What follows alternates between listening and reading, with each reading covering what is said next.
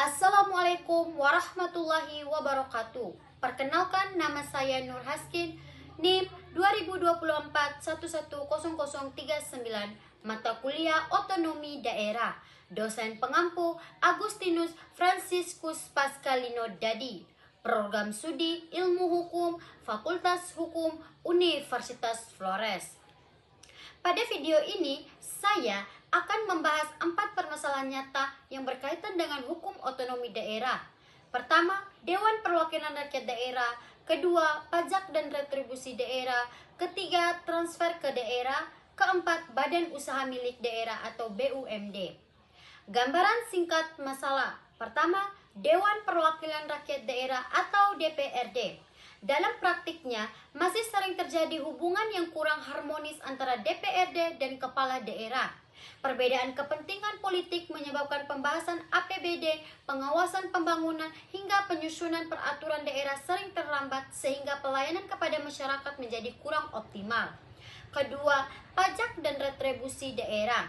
Masih banyak masyarakat yang belum patuh membayar pajak daerah. Selain itu, terdapat kebocoran penerimaan, lemahnya pengawasan, serta pelayanan pembayaran yang belum maksimal, sehingga pendapatan asli daerah belum tercapai target. Ketiga, transfer ke daerah. Sebagian besar pemerintah daerah masih bergantung pada dana transfer dari pemerintah pusat. Ketergantungan ini menyebabkan pembangunan daerah menjadi kurang mandiri dan apabila terlambat maka pelaksanaan program pembangunan juga ikut terhambat. Keempat, Badan Usaha Milik Negara atau BUMD. Tidak sedikit BUMD yang mengalami kerugian karena manajemen yang kurang profesional, lemahnya pengawasan, dan rendahnya inovasi akibat belum mampu memberikan kontribusi maksimal terhadap pendapatan asli daerah. Gambaran umum gagasan.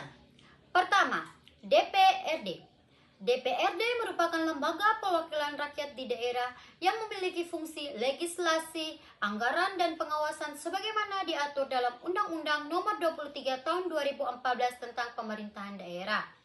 Kedua, pajak dan retribusi daerah. Pajak dan retribusi merupakan sumber pendapatan asli daerah yang digunakan untuk membiayai pelanggaran pemerintahan dan pembangunan daerah. Ketiga, transfer ke daerah. Transfer ke daerah adalah dana dari pemerintah pusat kepada pemerintahan daerah untuk mengurangi kesenjangan fiskal dan meningkatkan pelayanan politik. Keempat, Badan Usaha Milik Daerah. BUMD adalah perusahaan sebagian atau seluruh modalnya dimiliki pemerintah daerah dengan tujuan memberikan pelayanan kepada masyarakat sekaligus meningkatkan pendapatan daerah. Analisis pendapat. Analisis pertama, analisis DPRD. Menurut saya, DPRD harus menjalankan fungsi pengawasan secara profesional dan independen. Pengawasan yang efektif akan meningkatkan akuntabilitas pemerintahan daerah. Namun, apabila DPRD lebih mengutamakan kepentingan politik daripada kepentingan masyarakat, maka tujuan otonomi daerah tidak akan tercapai. Berdasarkan teori penyelenggaraan pemerintahan harus mengutamakan transparansi, akuntabilitas, partisipasi masyarakat, efektif, dan penegakan hukum. Kedua, analisis pajak dan retribusi daerah. Menurut saya, pemerintah daerah perlu meningkatkan pelayanan pembayaran pajak melalui sistem digital, memperkuat pengawasan, dan memberi edukasi kepada masyarakat mengenai pentingnya pajak daerah. Berdasarkan teori desentralisasi fiskal, daerah diberikan kemewahan mengelola sumber keuangan sendiri agar mempunyai biaya pembangunan tanpa bergantung sepenuhnya kepada pemerintah pusat. Ketiga, analisis transfer ke daerah. Menurut saya, transfer ke daerah tetap diperlukan untuk pemerentaraan pembangunan. Namun, pemerintah daerah juga harus meningkatkan pendapat asli daerah agar lebih mandiri secara fiskal.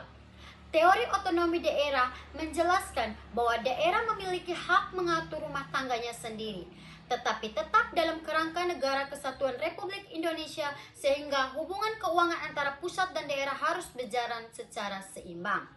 Keempat, analisis badan usaha milik negara.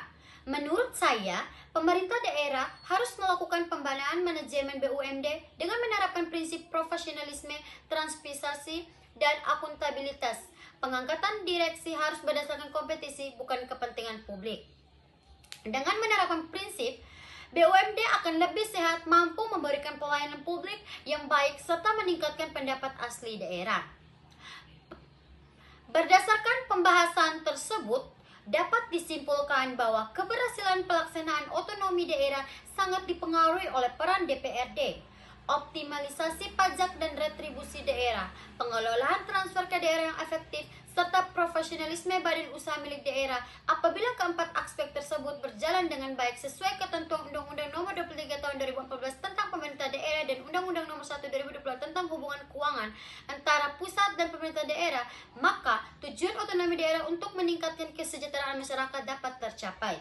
Itu saja penjelasan dari saya. Sekian dan terima kasih.